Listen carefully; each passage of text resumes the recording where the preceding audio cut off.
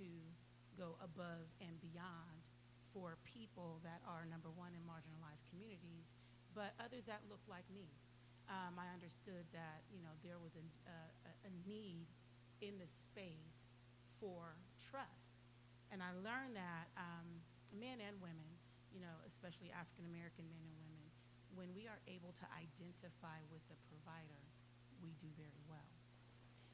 And so I feel that that's what we created at Care with Purpose Medical Center, the environment so that a comfortable environment so that you are able to be yourself, so that you are able to then not feel like, is this something that I should bring up to the provider? In our exam rooms, we will get, my head hurts, my eye, my shoulder, my stomach, my toe, because they feel comfortable with doing that. Some places may say, okay, well, we're just dealing with your head and your eyes today. We'll deal with the other things tomorrow. Where we're a little bit more open, because I do understand that things don't just happen in a vacuum, right? We know that, if my head is hurting, then there might be something going on with me systemically. If my stomach is hurting, there might be places. So we take on that whole holistic approach in dealing with our clients. The other thing I think that is extremely important is something that Dr. Jameson touched on, preventative health. And in order for us to really deal with preventative health, we have to really go out into the communities, be extremely visible in the community, and that's where that trusting relationship actually is formed. And so to answer the question, I believe that helps us to be able to take care of ourselves, because the truth of the matter is we are in environments that aren't healthy for us, right? When we're at Popeyes, that's not the environment that's healthy for us. Whoa. Right. Flag on the play. Flag on You could use something else.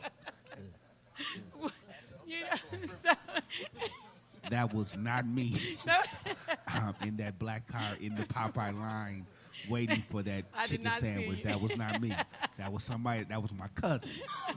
Right. That's an inner said it already. Right? Now I'm already feeling myself. I'm feeling some kind of way now. Right. But I think the other thing that we do is we have to really understand that we're not going to change the culture immediately. And so if we're not creative as providers, then we miss it. For example, we come from a place where we eat pig feet, cornbread, greens, black beans and rice, right? And so as a provider, I don't take those things away. Most people would be like, you let him eat pig feet? Well, yeah, but I took away the other things.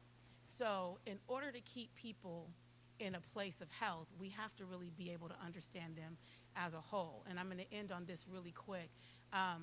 Family practice is extremely important. A lot of times we do, just like Pastor said, use urgent cares for our primary care.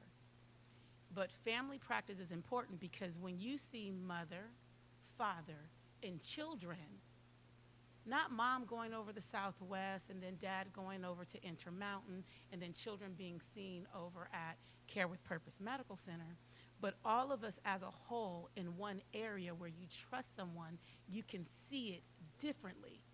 I deal with a lot of the Latin community. Sometimes Latin women love to cook rice for their spouses. That's their love language. They love to make tortillas for their spouses. That's their love language. If you take that away from a Latin woman, then we have created a problem in the household because that's how she speaks to her husband. And that's what we see even in the African American community. I can't take Ender and Miss Anita and say, I'm going to take this away from her because that's how she loves her husband. But I can be creative in the space as a provider to understand how we treat. And that is the start of the trusting relationship. And that is the start of us being able to talk about, well, do I talk about my back or do I bring something else up? And hopefully, as I end, we do bring up the gentleman's story, DeMar Hamlin, in this situation, because I do want to talk about some preventative things, but I'm sure you'll get to that because that's really important. So thank you. Yes, ma'am. Yes, ma'am. Thank you. And so, because I eventually built a culture with my friends to talk about healthcare. Conrad, who's one of my best friends, and we taught our wives say that we are my wife, his wife, not wives, not multiple. They call us besties, and we rebuke them every time they call us besties. But that's my dude, even though he's a Sigma. But Conrad, we were talking, and I was like, man, I love my doctor. And now his family is hanging out. That's what Shaniqua would say, you hanging out. And now they're hanging out. What does that look like, man? Because you're leading your family well. And one thing that I laud Conrad for is that he's a very intentional person. And so, and I won't go into either of our healthcare stories, as it were. But he's like, yeah, he's like, this changed, and yeah, and so I'm doing this. So this morning when I hit him up, he was like, yeah, man, I'm out walking. Be doing like several miles a morning. He hang out with your house at 9. But God bless him. But yeah, so what does that look like, man? Because you're very, very intentional about that. And then we're gonna turn to that planning and talk about DeMar as well. So, like Gerald said earlier, I think I heard the same thing when you were telling the story about your uncle. Really, it starts with us personally. Before we can be transparent with anybody else, we have to be transparent with ourselves. And so, years ago, God told me the ignition and the fuel to purpose was humility and courage. And so I have to be humble enough to, like Pastor West just said, I have to be humble enough to submit to the mission. Well, I got to have a mission first, right? But I have to be humble enough to submit to the mission. And then I have to be courageous enough to take action, to do what it is that the mission calls for. And so I'm actually really excited this morning to see. I call you Dr. Hawkins, Nurse Hawkins, because that's actually my first time seeing you without a mask. Because you're at the office, it's always. Like I said, Trey said, Minister Austin said, Elder Austin said, I don't know how long ago it was, but he told me about his relationship with his doctor. And I have to think back to the time where I didn't feel comfortable now. Because now I absolutely feel comfortable when I go to the doctor's office. And it is a world of difference. Like being able to go into the doctor's office and just talk and be listened to. So right before I started going to Care with Purpose, I was at a different office, and actually it was a couple of days after my birthday in maybe 2020 or something like that, maybe 2021. And my blood pressure was a little bit elevated at the previous doctor's office. And they immediately assigned me or prescribed me whatever it's called, high blood pressure medicine. And so I called both of my parents because I knew my dad was taking it. I found out that my mom had been on blood pressure medicine for 10 years after I called her and was talking to her about this. So talking about transparency with everybody. I decided after those conversations, I decided to not immediately just take the blood pressure meds.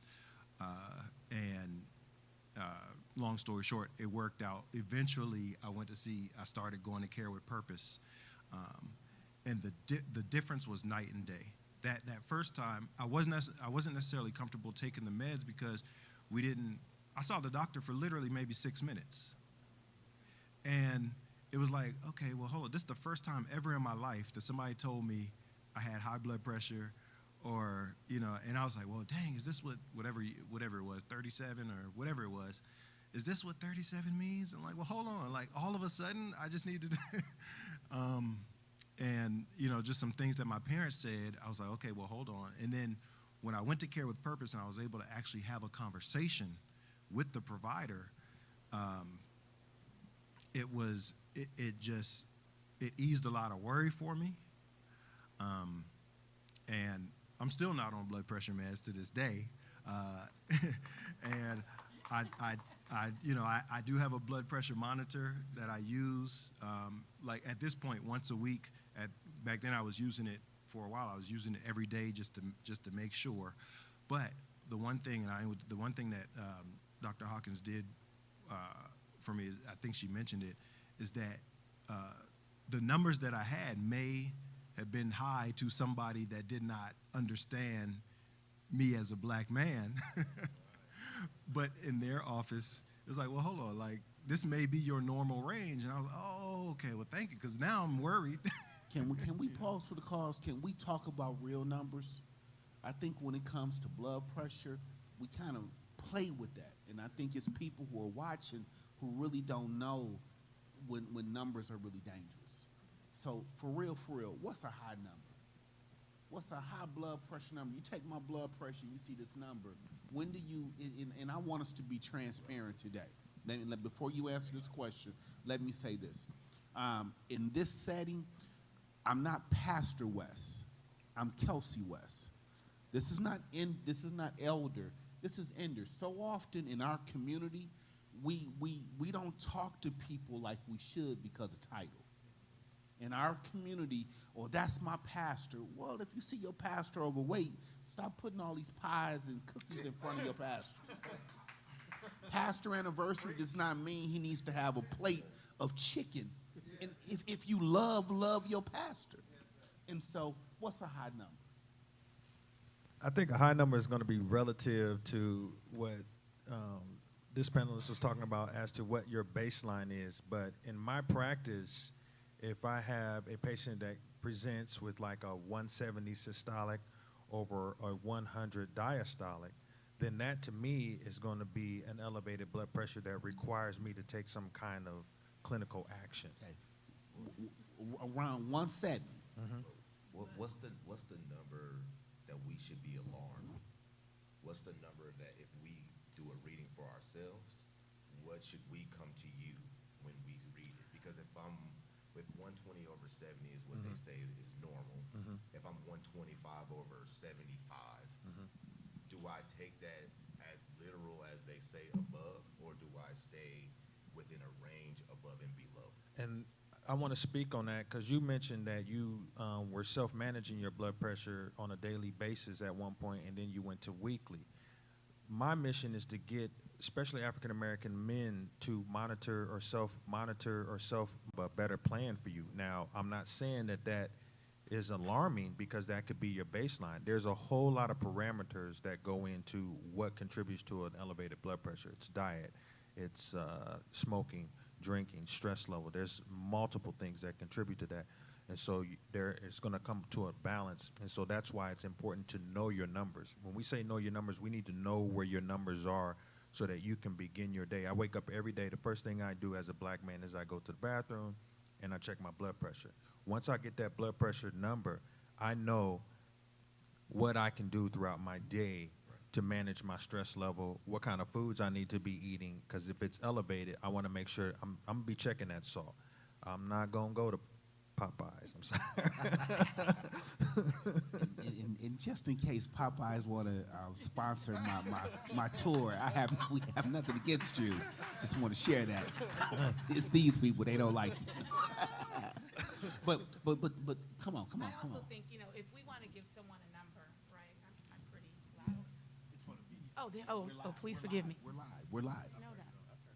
And so, if we want to give out numbers, when you see a 130, and when he uses the term systolically, that's the top number. There we go. Right? Talk to us. So 130 would be the top number. If the bottom number is above like 85 to 90, that's the diastolic, then that's where you might want to say, okay, do I need someone to now start managing this or overlooking this? But with pressures, we have to understand that they change throughout the day. They fluctuate throughout the day, and we can't chase a number all the time. This is what I teach our clients at Care with Purpose Medical Center. We're not chasing numbers, but what we will do is manage and treat symptoms, right? So if a person is symptomatic at 130/90, that's when we're more likely to treat. But we're not just treating blood pressure. It's extremely imperative that we do the other numbers also that Pastor is speaking of. So we look at what our cholesterol levels are. Should I segue really quick, Pastor, with the numbers? Please, because I want us to have this conversation, because for us to get, let's get organized with this body, I need to know what I'm looking at. Yeah. And this is coming from somebody, this is my testimony. I preached a whole year. This is my testimony. My blood pressure on average, I had made it my norm that I could preach on Sunday morning with a 160 over 110. It had become my norm. It had become my norm where my vision is just a little blurry. I could still read. I'll make the manuscript 14 font instead of 12 font. I'm just extra sweating, which means I'm just into this message a little bit more. This is what I'm telling myself. Not realizing I could have I'm stroke prone. Right. And when I went to my doctor again, no shade here. It wasn't a cold blue 911. We need to fix everything. It was here. Take this medicine. And I want somebody to hear this from me. This is my testimony. I became addicted to the high blood pressure medicine instead of becoming addicted to a healthier way of living. And I want somebody to really fix what they're doing. Come on, Doc. And that is pretty common. So when we're looking at a person, he felt like he was compensating, but he was really symptomatic. And that's where treatment needs to be extremely important. But the moment that we throw medication to a client, we're kind of discrediting everything else. And so what Pastor is saying is he became dependent on the medication. Some people say, okay, well, and I've had patients say this, I feel like if I have the medication there, then I can just eat what I want because the medication is going to bring the pressure down. So now, absolutely, he's chasing numbers, and now there's no accountability in everything else that's involved with our bodies, right? Now I don't have to worry about my cholesterol levels. Now I don't have to worry about my kidney functions. Now I don't have to worry about my A1C level because I'm taking a anti-hypertensive medication, and I'm going to be okay. So as I segue into those numbers, when we're looking at the cardiovascular system, and no, I don't specialize in cardiology. However, I do deal with a large number of high cholesterol clients and hypertensive clients. But when we're looking at, the cardiovascular system, it's extremely important that we also look at our lipid panels. So our lipid panels is that fancy word that we always use, our cholesterol, right? So we want to look at our cholesterol because the higher the bad cholesterol, the more at risk we are for heart attacks, right? Clogging of the arteries, damage to a certain area of the heart that leads to heart attacks, stent placement, all those great things that we've heard about in the past. And I try to make it that simple to say, okay, listen, you have arteries. If there's a lot of plaque inside the arteries, how does the blood get to the heart to perfuse it? That's where we actually start to lose some of the, we start to lose oxygen toward the heart, and the heart becomes a little bit damaged. When the heart becomes damaged, it starts sending us signals. That's where we're like, oh, I got some chest pain. But I'm going to preach to that, no offense, Pastor. Right? Because that's what happens. Listen. We have developed some unhealthy scenarios and I'm saying this is us, in the black church. Yeah. For once upon a time, it was quote unquote a badge of honor to die in the pulpit. Yeah. I don't want to be that preacher. I do not want to die preaching unless that's just God's will. But I'm talking about from just an unhealthy lifestyle. Absolutely. So be as transparent, as blunt as we need to be today. That's also kind of the man's way too, right? Like, yeah. I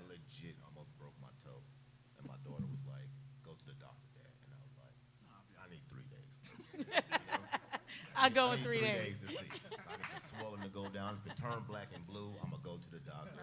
If it swells up like a balloon, I'm gonna go, but it has to be so extreme. And I wonder why. What can we do in between so that we don't have to let it go to be so extreme? Like you said before, it's like you treat the symptoms, but what can we do to keep from getting the symptoms? What is the move prior to that? Come on, I'm gonna hit you. We got a question right here, Brother Anton. So you'll.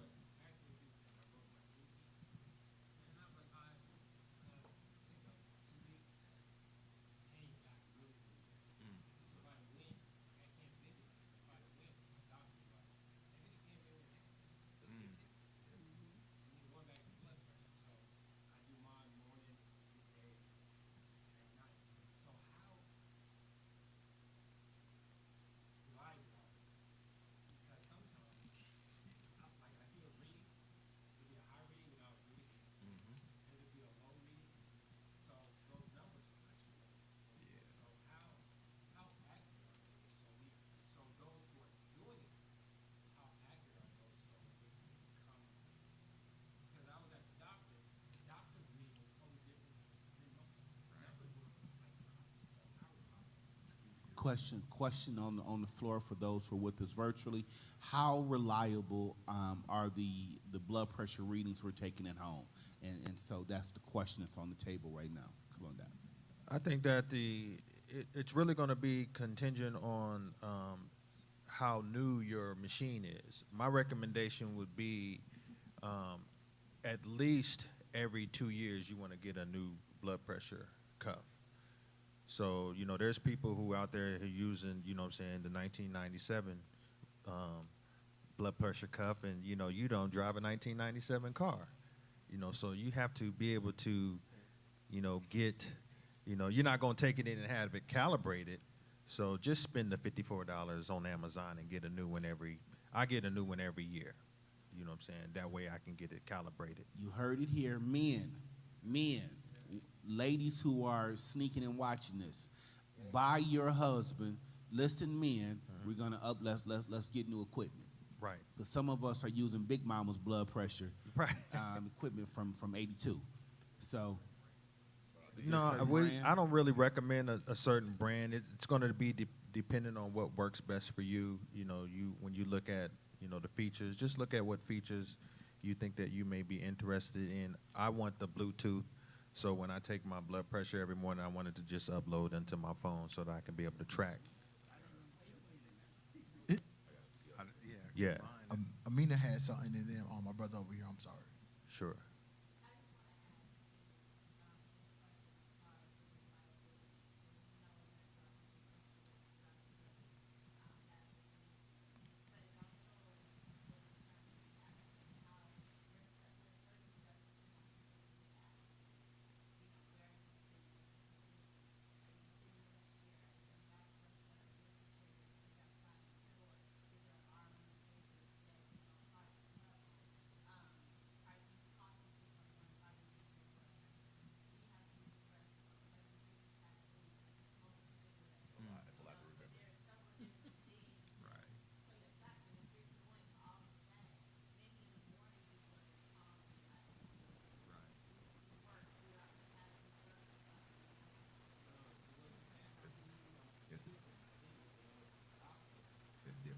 Different machine.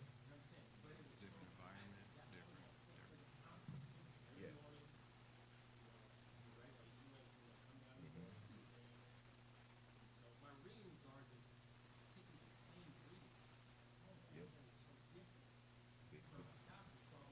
And to answer your question, it's different because it's a totally different scenario.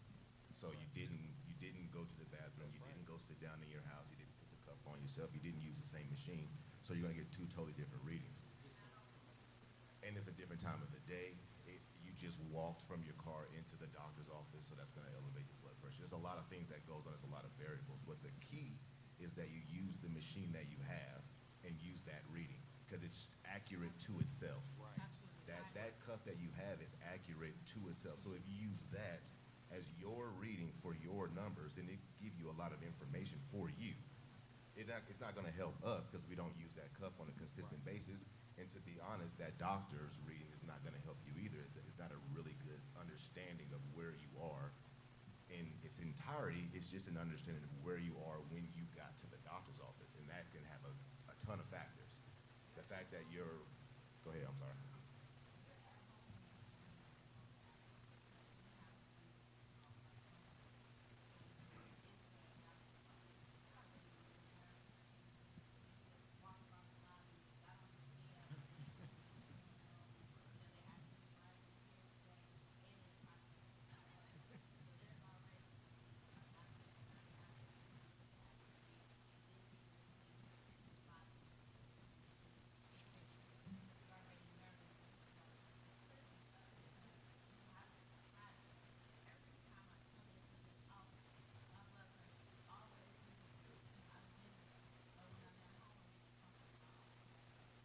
So I let would me. like to ask this quick question. I'm so sorry. Your numbers, when you use the term drastic, is it higher when you're at the clinic or is it higher at home? Okay, and that was one thing that I was listening to him on. Yeah.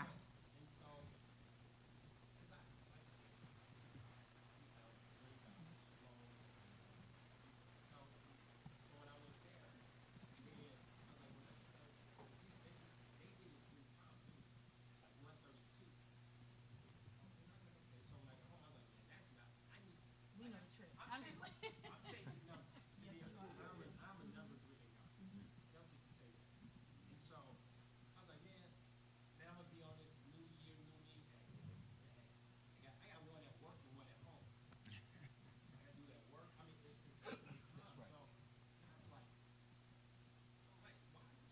I'm gonna decrease your numbers. You can only check your blood pressure twice a day. That would be the first thing that I would do. Like only. Yeah, I know people that do that and they get multiple readings at the same time, and they're like, well, why doesn't it happen? Because it's going down and down and down, and it's because well, you're prepping for each moment.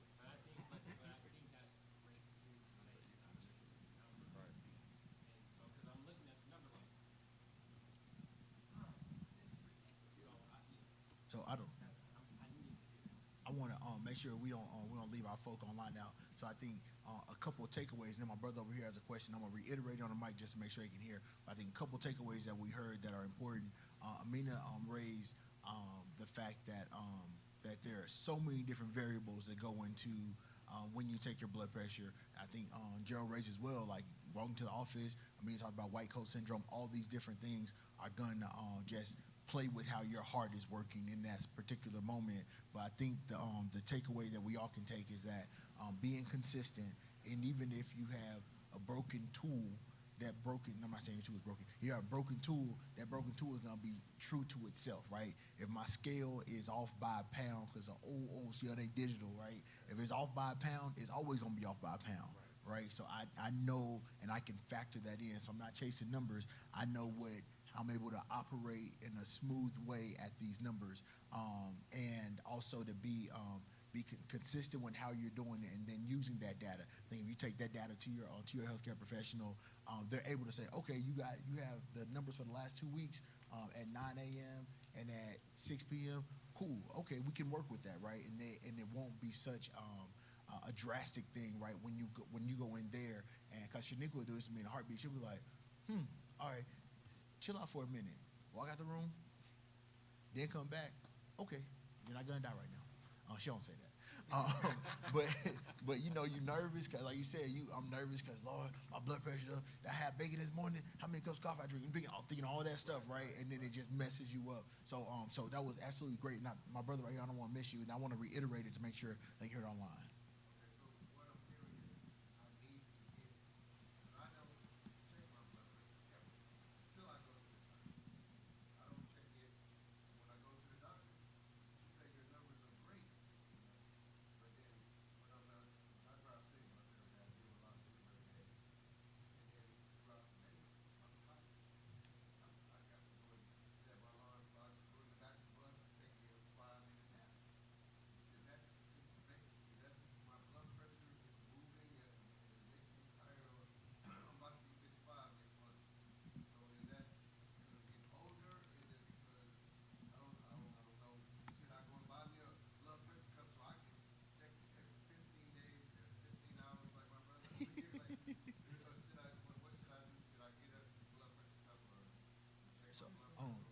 So I'm gonna make this suggestion.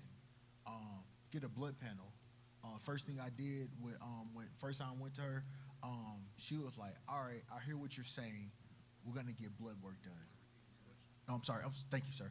So what he was saying was, he said, "Hey, I'm having my blood pressure is saying that it's good when I go to a doctor. I don't check it on a regular basis at home. Don't check it at home at all. But when I go to the doctor, they say it's good, but I'm still lethargic at times of the day."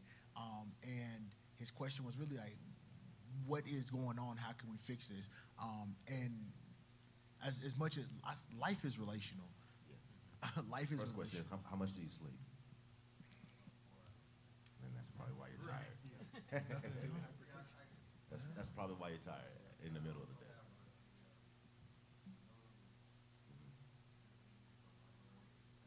Gotcha. Throughout the night.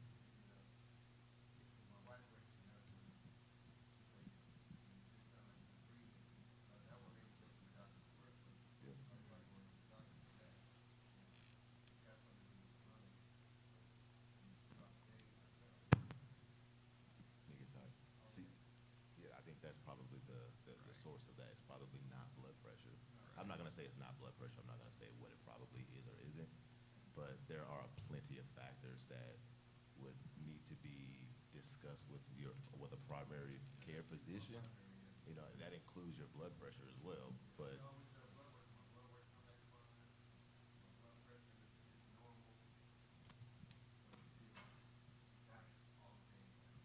If I could lean on that, because one thing when it comes to culturally competent medicine, what I've noticed is that if I go to a run-of-the-mill doctor, there's some things that they are not going to check for. But if I go to a doctor who understands black men, there's some things they're going to check for and they're going to ask about that is altogether different, lifestyle, etc. Right? Like, don't have no doctor come try to ask me if I'm okay on Sunday night and preach twice. I'm not. I'm not okay. I'm tired. I'm irritated. You know what I mean? But that's not the best time to get a resting opinion of my life, right? But when again with that relationship and also getting a doctor's going to ask you the right question, right? If your doctor ain't asking about sleep, you know, if they're not asking, you know, if they're not reading on pre-existing conditions, you know, all that kind of stuff, right? It's gonna unfortunately they're not dealing at their best. And I know that my brother here both had questions.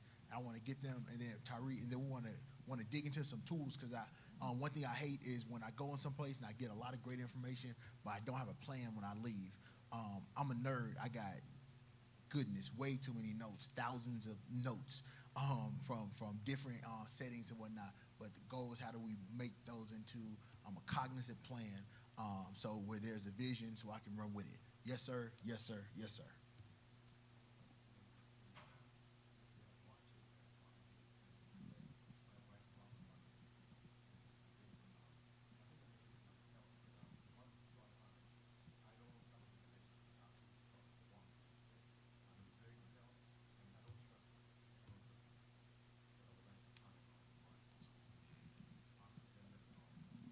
do you want the opinion from the doctor?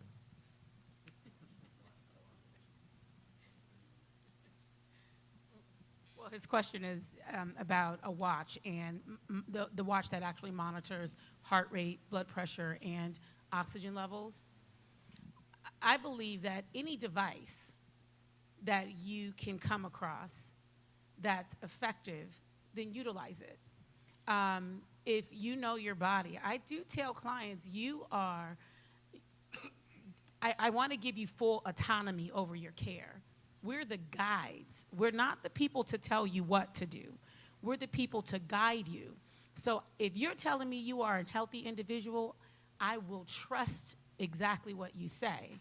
However, I am there to say, yes, I would love for you to continue to monitor your oxygen. What is your oxygen saturation? So we would actually, if you came into the office, I would just compare it. Oh, my heart rate's 70. I'm not big on looking at a heart rate from a computer. As both of these gentlemen can tell you, I need to listen. And it's funny, I'll say this, because in the office, if I listen too long, I hear all the time, is there something wrong? Is there something wrong? And I'm like, well, what's the practice outside of here?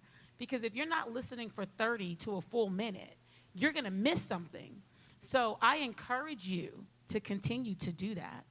I encourage you to know the signs and know your body and things that work for you. So if you're using your monitor, absolutely continue to use it. If the numbers become abnormal, you just see a provider, a healthcare professional. And for you, I believe that you need to go into an office and allow someone to have a visit, a wellness visit that encompasses questioning, family history and background, your social history, and also lab work, full panels. And then that's where you can actually come up with a better understanding of where you stand. Let's put that in the chat, somebody. Hashtag wellness visit. Men, wellness visit. Amen. We had a question over here.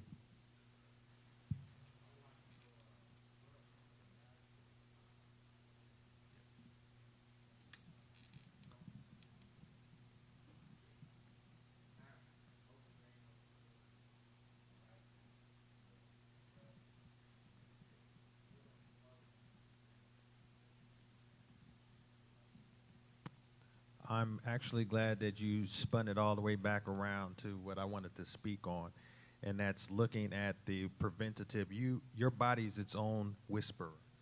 It will tell you. It will give you those signs. Your car will have a warning light, but your body also has it, but you got to be listening to it. Pastor, earlier when you was talking about how you was preaching, and you said that, you had this pressure in your eyes, that's a sign right there. Your eyeballs have the smallest blood vessels in your body. They're the most sensitive to any kind of gradient of blood pressure change. So most people think that they're having sinus pressure. And so they take an antihistamine thinking, oh, I'm having this sinus pressure in my face. No, you could be having a hypertensive episode because those veins in your eyes are so small that they're really hypersensitive to any gradient and change in your blood pressure. Another thing, erectile dysfunction. That will get a guy's attention as quick as anything. That's why I like to directly correlate it with hypertension. People have to understand that hypertension, it damages the inner lumen of your vascular system. When that pressure is always at a heightened level, it's adding scar tissue to your inner vascular system. Your penis is a vascular mechanism.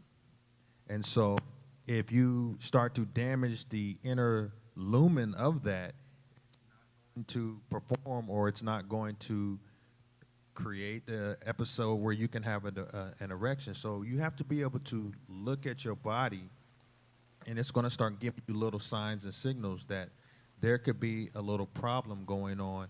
And running to Mexico and getting Viagra is dealing with the symptoms. It's not really addressing the problem. So I would listen to my body and, of course, get with the provider so that they can better monitor you. They can get labs. They can put you on a plan, get you, find out what's going on with you holistically so that you can better monitor what's going on. And you may not necessarily have to be on a medication. We don't want to just put you on a medication. We want to develop a plan. We want to be able to develop a plan that works best and fits your lifestyle.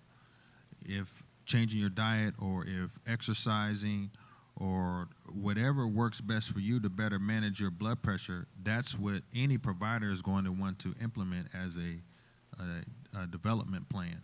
But you have to feel comfortable to come in to see a provider and then be candid to tell them exactly what's going on. We can't look at you and tell what's going on. You have to kind of tell us. But like I mentioned earlier, we also have to kind of shed some of those suit and tie or the white coat so that you feel comfortable when you come in and you start speaking to us, so that we can have that dissemination of information and open up those channels so that we can assist you develop a plan that works best for you and your lifestyle. And just to piggyback really quick off of what he said, some of the signs and symptoms that you're looking for would be blurred vision, headaches, dizziness, nausea, vomiting, chest pain, abdominal pain, discoloration in your fingers and your toes.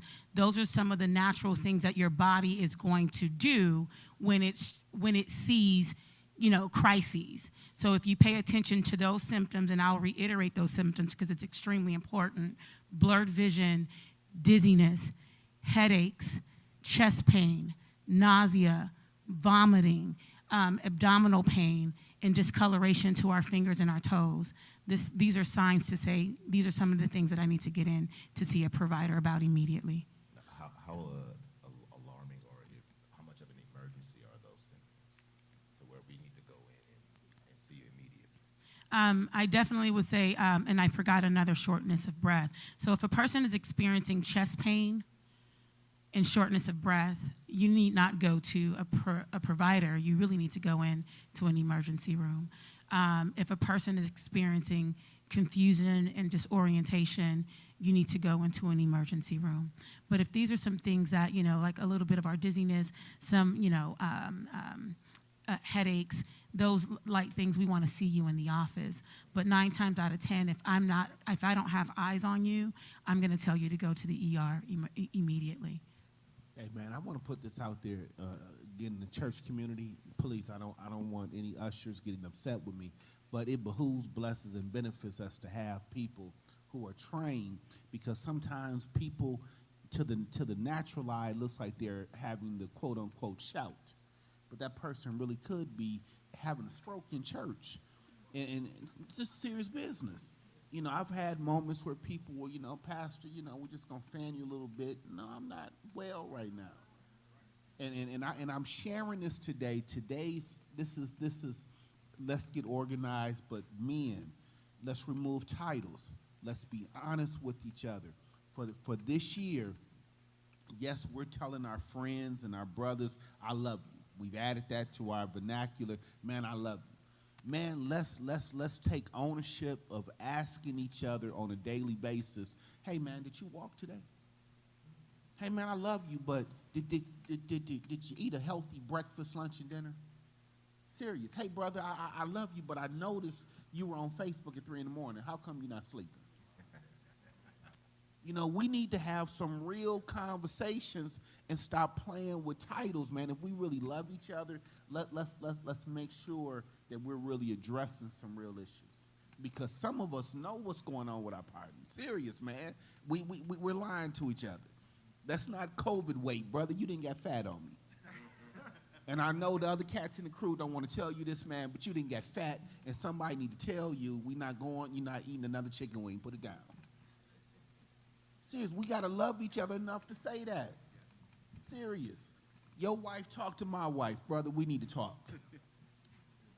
I know the other cats wouldn't tell you this, but I need to tell you this. Serious. I think that's what that community thing that we're looking for. It's like the doctors are part of our community. They're not the next level, like I said before, as I corrected myself, but they're a part of the community. We need to know these things so that we can check each other. Like, I'm sorry, I didn't get your name, Ricky, in the back. There's some things that we should still be checking on a daily basis. Like, do you have a checklist every single morning just to check in with yourself so that you can go in and explain any of this? Like, do you wake up and do you check to see if you have an erection? Because you should have an erection when you wake up, if you're a man. If you don't, that might be a cause for concern. It might be. Keep notes of that. We need to do a better job of keeping track of ourselves. The watches work, but they just provide information. That's not a check. Are you checking in with yourself? Can you match up the data with the experience? The number is on your watch, is telling you what your heart rate is, but how does that feel in your body? I used to be a trainer, and we use what we call the RPE scale, right? Which is just what you perceive, how hard it is. That is not for me to determine. If a push-up is hard for you, then it's hard for you. It doesn't matter if I can do 1,000 of them. It's hard for you. So if you have chest pain and that chest pain isn't normal for you, you need to say something. You need to do something. That needs to be brought up because you shouldn't have chest pain. We can talk about a whole bunch of systems, but we don't ever talk about what shouldn't happen to us. Your pinky shouldn't be like this, right? My hand shouldn't be like this, right? It shouldn't be, I should have straight fingers. And we don't do enough time of when that thing happens in that moment that we do something right then. We wait, and then we don't go to the doctor until we waited so long that we get a symptom. And then we take the symptom to the doctor and be like, hey, doc, fix this. Fix it. Now I'm on the cusp of having a heart attack. Fix me now.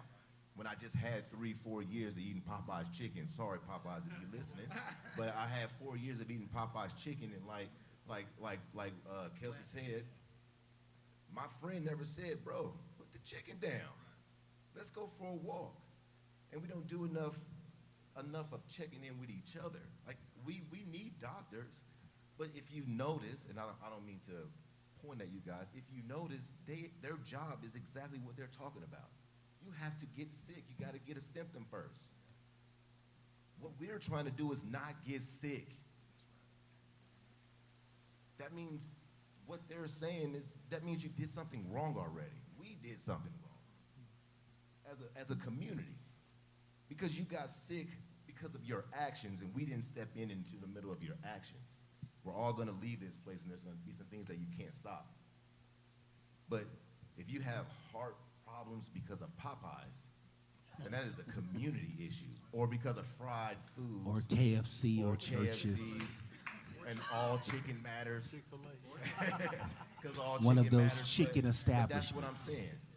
Yeah, that's what I'm saying. We have to do a better job of doing the work here before we get to the doctor. We're going to have to need the doctor eventually. That's why they're here. And we should do a better job of learning more about what they know so that we can recognize what we need to do, because we only can see a doctor every so often. I don't know about y'all financial situations, but last time I checked, doctors are being priced like eggs. Like $9, $10 for 12 of them. Yeah. The doctor's visits are just as expensive. No offense. That means we have to do the work here where it's free. It's free to take a walk. It's free to drink more water. It's Say free, that, brother. Say free that. to go with your friends and walk the park and feed the ducks and walk your dog and all of these things. It's free to do that. But when you don't do that, you got to come up with the coin for the doctor so that they can fix you. So as a community, as a community, we have to do better identifying the things, but you have to do the work first. You have to know you so that we can fill in the gaps, because you may know how you respond, how you act, but they have the information as to what those actions mean. But you have to do a good enough job of keeping track of that. Before I want to share this, I can say this, y'all can't say this. In the church community, we got to say this. We have a tendency, and again, I don't want to question, challenge anybody's theology, but I know we like to say, I don't claim this. We say that in a heartbeat. I'm not receiving that. I don't claim it. I get that. I really do. But, beloved, you need to claim the fact that your body is not responding. You need to claim the fact something is wrong. And I'm looking dead into the camera because I want men to be honest with themselves. We're not little boys anymore. We just can't take a nap. And many of us are just trying to take a nap, and we're waking up and those issues are still there. And so I just wanted to share that. It does not mean you don't love the Lord because you go get a checkup. You don't have to claim it, but if you at least find it in your pocket, it's yours.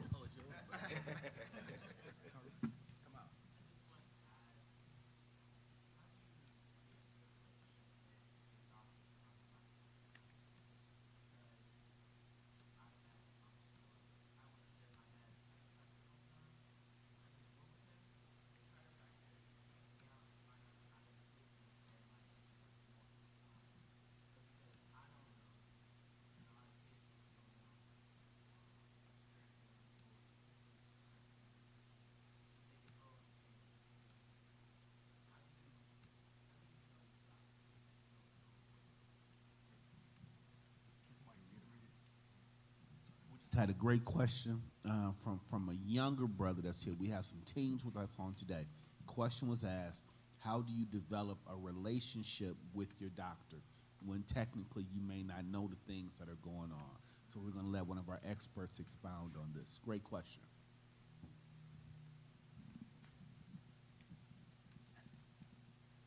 Well, I mean, to be quite honest, I believe that the first way to develop a good relationship with the provider is consistency.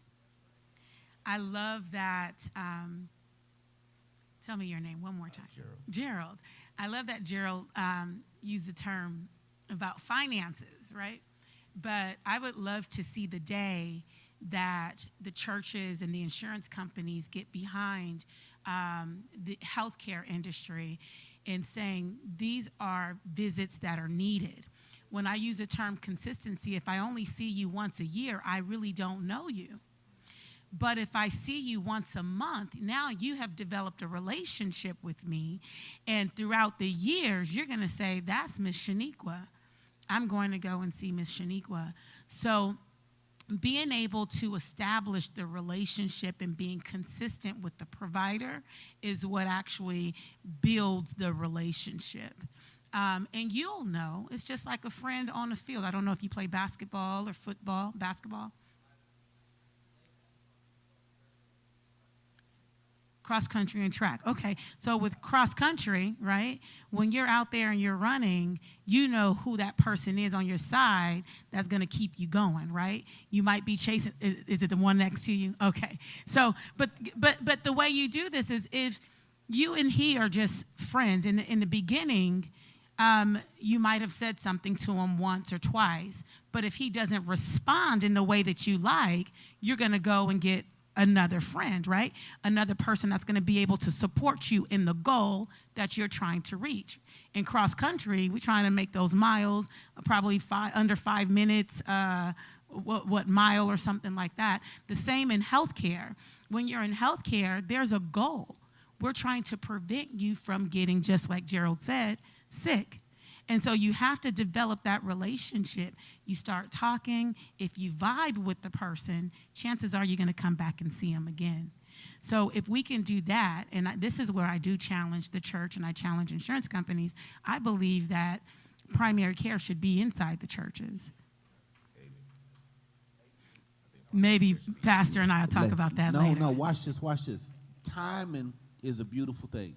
And so we have our men's director, soon to be men's pastor here, in the person of Reverend Dexter Lee. We just implemented in the fourth quarter of last year our physical health ministry. That leader just walked through the door. I'm sure he just finished training his fourth person today in the person of Minister Will Reed. So I want you to know, in front of this live and virtual audience, we accept the challenge. And so you have a platform. We are that litmus test. We understand this is not going to be easy. We have launched this ministry, even as we see, with physical presence at all of our community events. We have to be consistent in making sure we do what we can to help people get healthy. And so we accept that challenge. Whatever that looks like, Will Reed and Dexter Lee, they're the front people for that.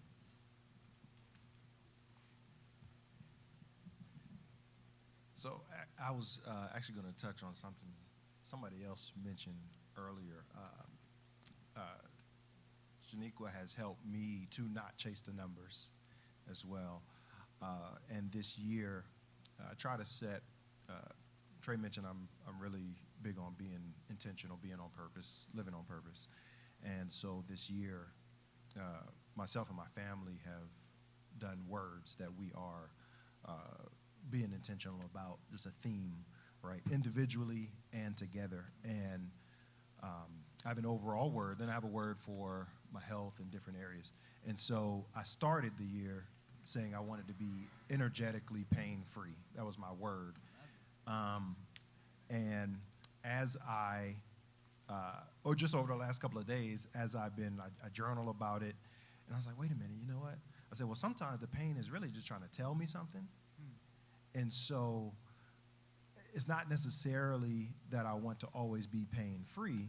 And so God had me shift it, really. I want to be energetically alive and pay attention to the pain, and be able to, as the young man was asking about, I do feel comfortable talking when I go to the doctor's office. If you don't, for me now, if you don't feel better after you leave the doctor's office, not meaning that all your physical problems are gone, but you feel encouraged and you feel like, okay, like I'm going to be making progress, for me, I think that's an issue.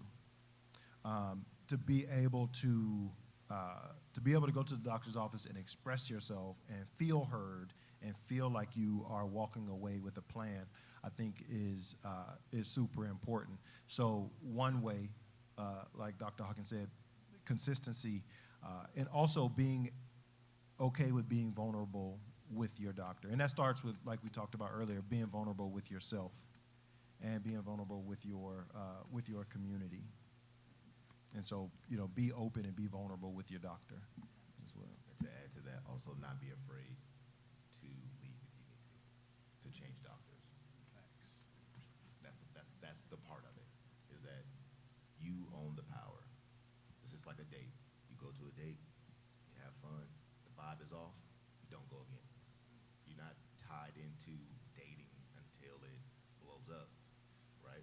You just make the decision next time not to go. Find a new doctor. If it doesn't feel right, it ain't right. Period. And you don't have to ask any questions or get permission. If it don't feel right, it ain't right. It's your body. So thanks for that. So I want to, I know we got started a couple minutes late, so I want to do this because I think it's important, it's vital, that as we're strategizing, as we're organizing, that we know what it looks like for us. So you got some resources in the bags that where you can take notes and everything. But if we could do a quick round robin, starting with Gerald, I forget what the commercial said. You're fat, out of shape, and unhappy, or something like that. That was a depressing statement. But if that's where somebody, not even just about weight, because I think that there are many people who are slim who still have a lot of health challenges, but skinny fat. I like that restaurant though. But if you want to sponsor, no, I'm playing. But if somebody finds out like, hey, at the end of 2023, there's some definite goals that I want to accomplish when it comes to my physical health. What are some actions they can take today, not only today, but they can put in place to carry them throughout the year, so by the time they get to December 31, 2023, they can say, you know what, I have made progress on this particular goal, and then we can kind of circle and end with Jamerson on that question, so that we can go away with some easy do-outs, is what you said in the meeting. I know Will have you at EOS on Centennial at like 4. Yes, I think I've seen him 4:30, 4:15. I've seen him literally. Yeah. Have you started? Well, I think the first thing is you got to find a friend. Find someone that finds someone or a group of like-minded that wants to do and accomplish the same thing the way that you want to accomplish it. Because a lot of times we have goals, and then we set these goals out into the world alone, and it's very hard to fill all the gaps to go forward. You have to be your own motivator, you have to be your instructor, you have to be all of these things. Why not outsource that to other people? So I think you're not going to be successful if you don't have some sort of community environment, which is why I've been kind of drilling that in every single time. So you need other people. That would be my very first thing. And then for me, it's simple. My healthy trinity, right, which is sleep, water, and a little bit of movement. Exercise is a different thing for me. I think at the baseline, it's just movement. So just getting up and walk, drinking adequate amount of water, and getting enough sleep. That's the foundation of being as organically healthy as you can. We can get into the particulars about nutrients and fitness and everything else, but at its foundational place where you can get the biggest impact for the least amount of effort is to have a friend that supports you while you drink enough water, get enough sleep, and move a little bit. Amen. So I'll kind of piggyback. So actually, I'll just talk about for me for this year. So I am being energetically alive this year. And so keeping it real simple, there's three things for me is making sure I sleep 8 hours, get 8,000 steps, and eat real food. And so I'm just keeping it real simple. And also, seeing a primary care provider as well. And then making it easy to do those things as much as possible. Make it easy to do them and make it hard to not do them. And then I also, I write them down. I write them down, rewrite them down every day so that I can keep it in front of me. And then I check back in, and actually this week I did terrible with the sleep. And so, but I'm keeping it every day, because if we wait until December 31st, or even, I'll try to plan 90 days ahead. Even if I wait till March 30th, like I'm gonna be way off track. If you ever heard the thing about the plane analogy where it's off track 90% of the time, it's just continual adjustments as it's going to its destination. Same thing for us. And so for me, I'm writing it down every day, checking back in every day, and just trying to make sure I eat real food, sleep 8 hours, and get 8,000 steps. And I'm down like 6 pounds already this year, so. Yeah. So chicken is real food, though. So I will say, we had that discussion, and so for me it was Chick-fil-A. I had to stop eating so much.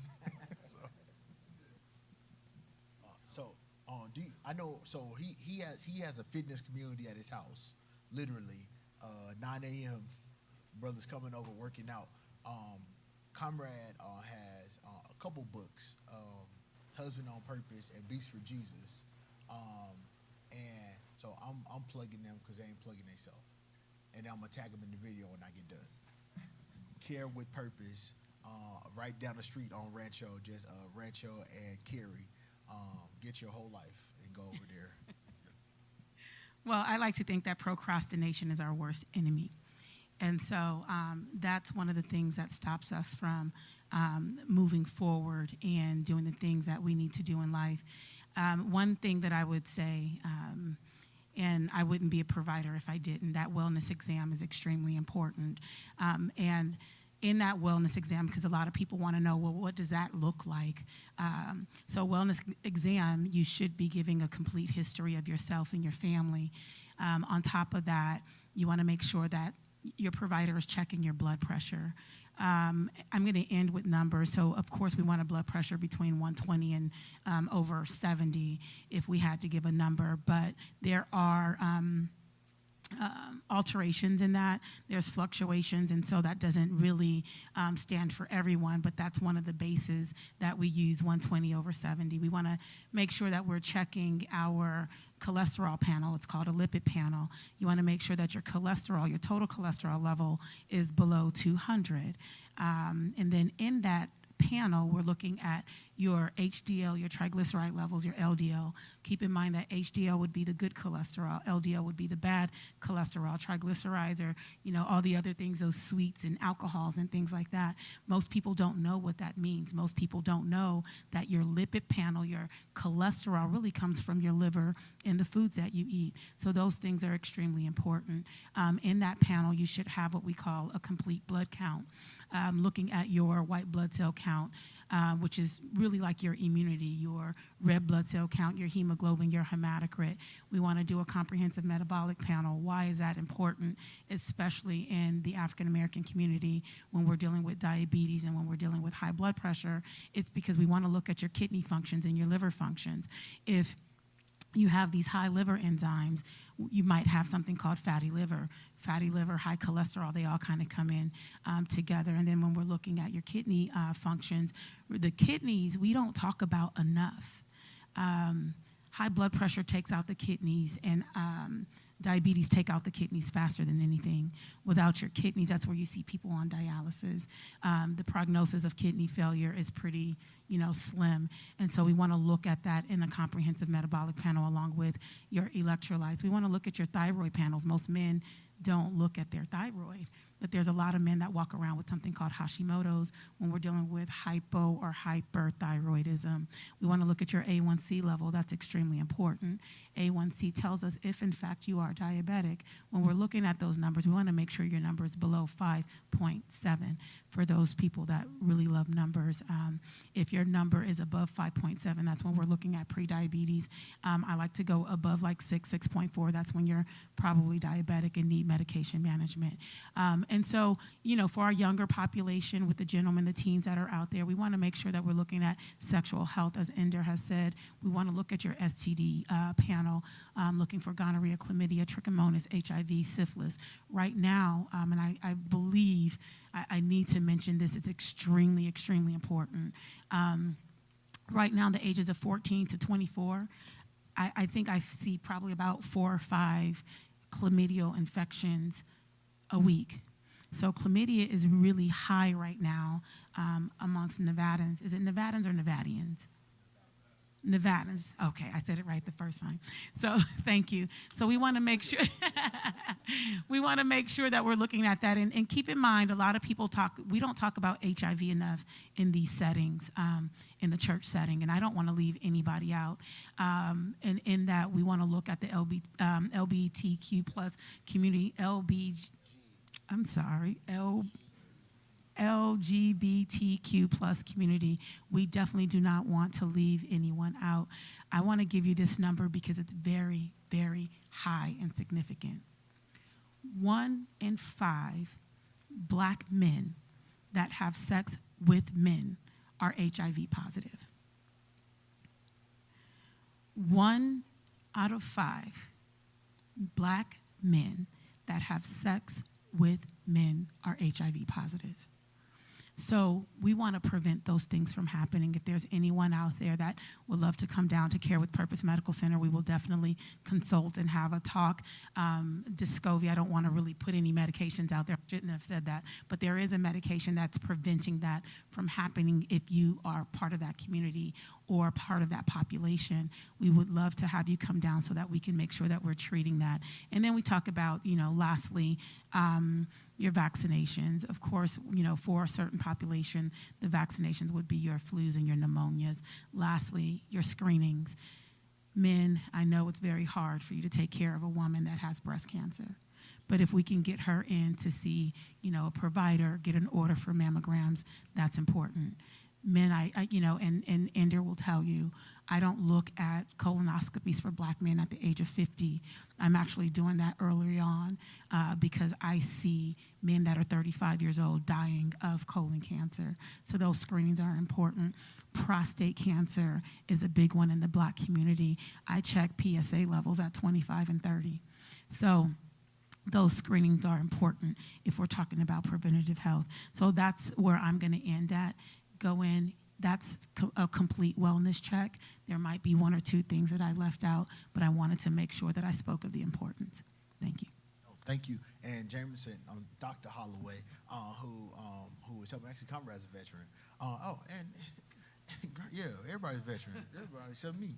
I got a bum knee, man. I wouldn't doubt you. No, but he serves at the VA and also with Givelify and a list of other organizations. And because they ain't plugging themselves.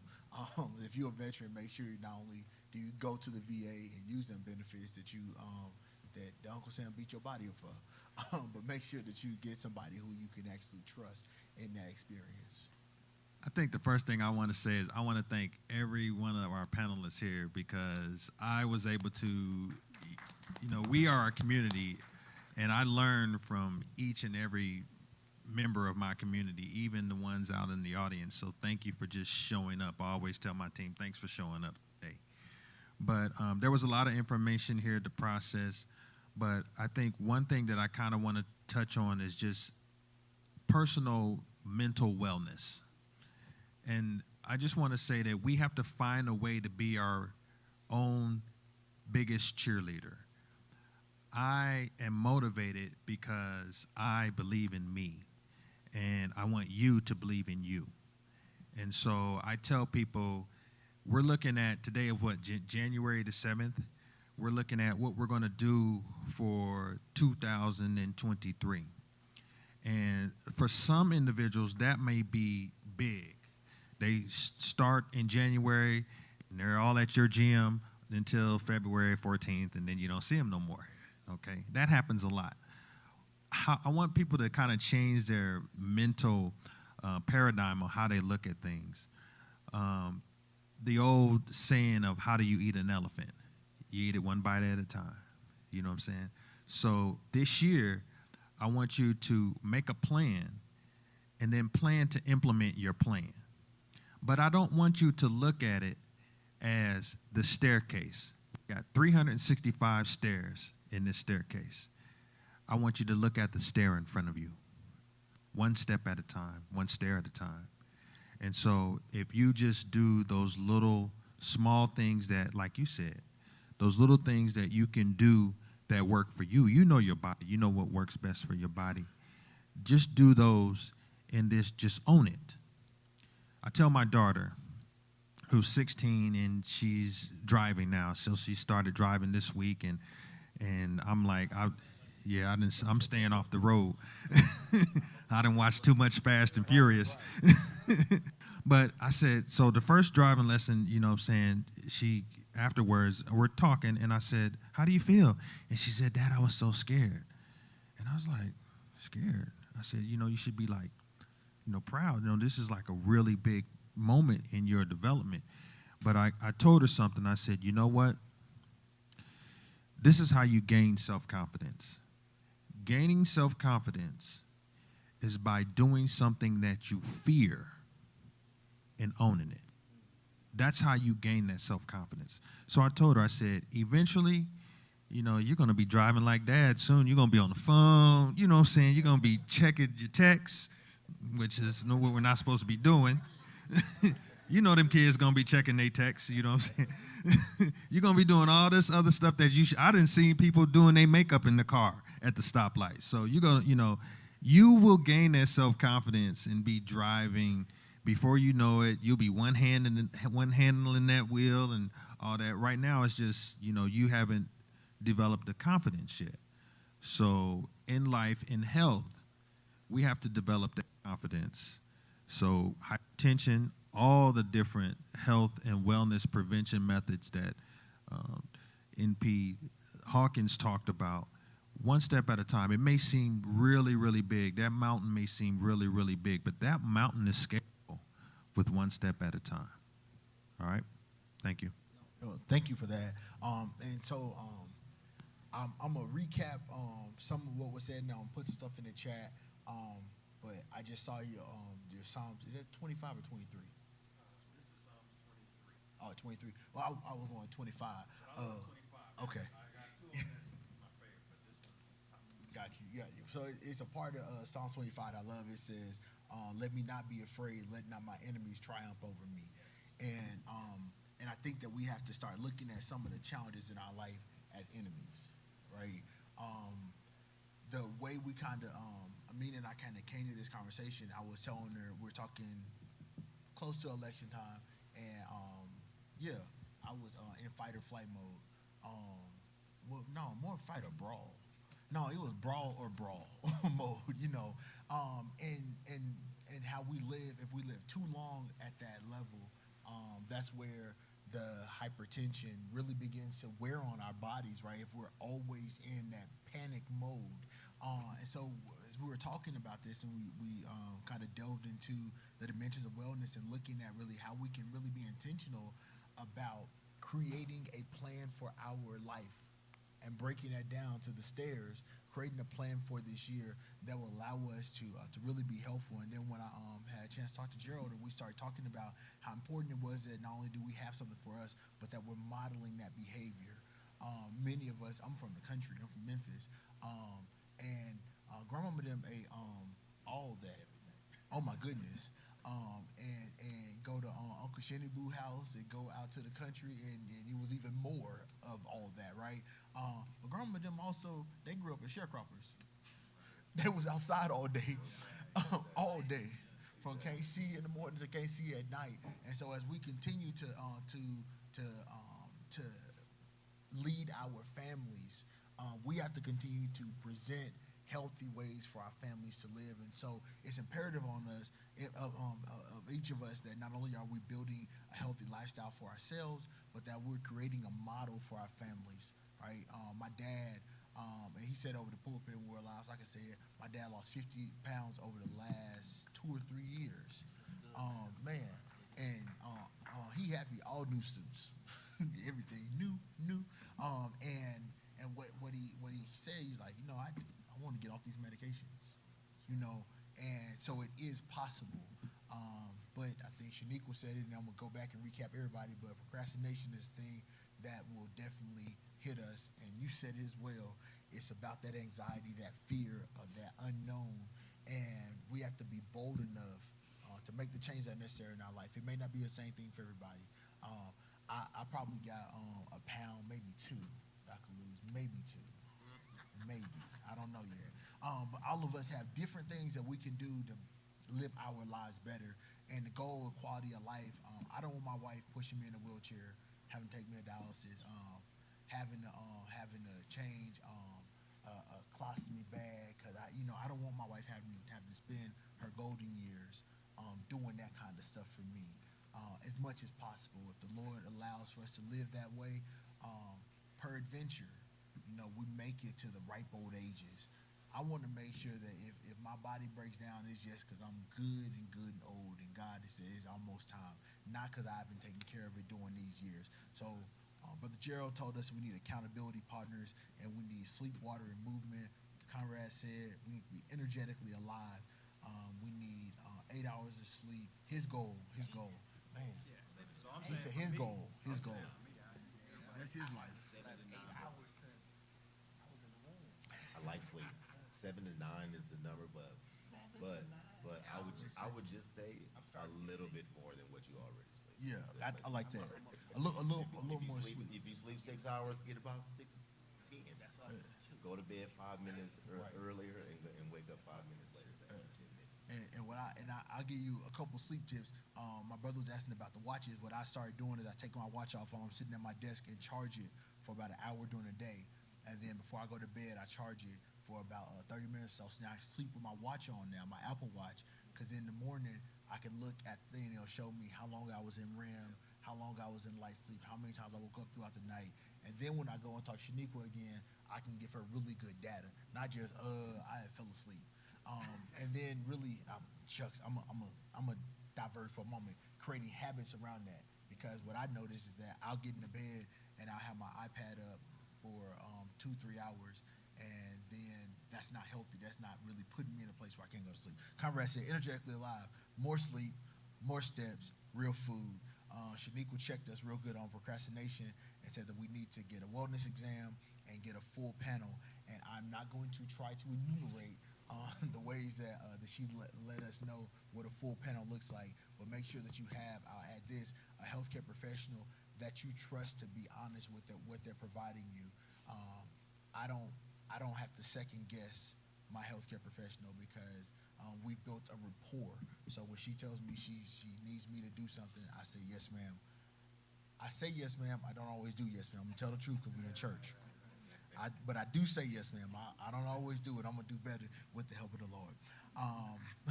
Dr. Holloway told us that we need to be intentional about our personal mental wellness, and I think we have to quit. Sidebar: we have to quit underselling how important it is for this and this. Those things are connected. Like, I can't be going through chaos, crisis, and confusion in my brain and expect for my body to not. And we could talk about post-traumatic slave disorder and how that literally has changed the physiology of black folk in this country. And he said we also have to be sure that we're serious about these 365 days, with 358 days now in this year. And I didn't do the math.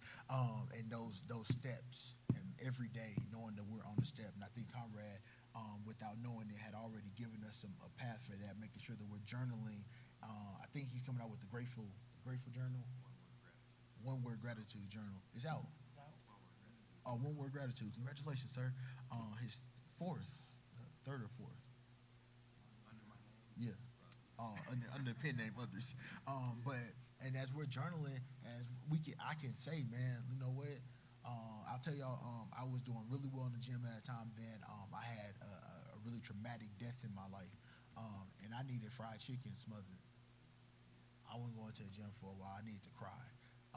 But then knowing, hey, I'm taking some time off, but because I'm looking at it one step at a time, I know that I still got time to get back on track. Just don't rest if you must, but don't you quit. Brother Will's a Kappa.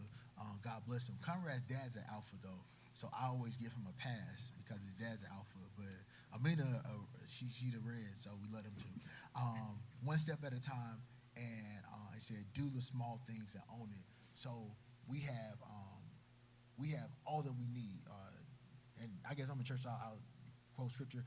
It said the Bible, the Word of God has given us the things that are necessary for our development, for godly living, right? And I'm not saying this is a totality of what you need, but we have a good base to build a successful year on. Our desire, what Amina and I, we strategize that we can help to kind of mastermind this one part of it. Some of us need to look at our money and then say, okay, what hard conversations do I need to have about my money? To the glory of God, I'm going to drink less Starbucks at Starbucks. It's cheap for me to make my own Starbucks at the house. When it comes to our relationships, how much less time do I need to spend in technology and with the people in my life who matter to me? What are the areas in our life that we need to create a really intentional plan for this year so that we can be successful? I am giving up perfection. I'm in the process still of giving up perfection. Not that I've ever achieved it, but so many times it's been such an enemy, and it's elusive. But our goals, that part, it doesn't exist. Yeah, I was getting ready to be shady, but I won't. It doesn't exist, like IOTAs.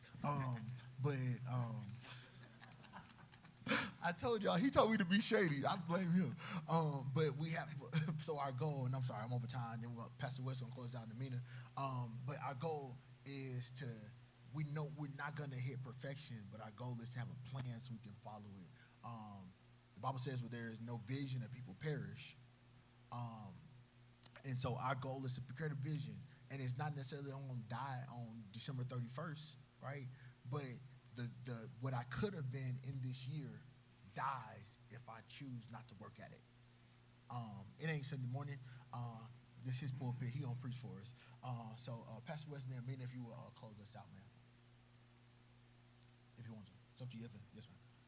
Yes, ma'am. She doesn't want to have words. I wish she would. Listen, we just want to thank you all for being with us in person. We want to thank you all for being with us virtually.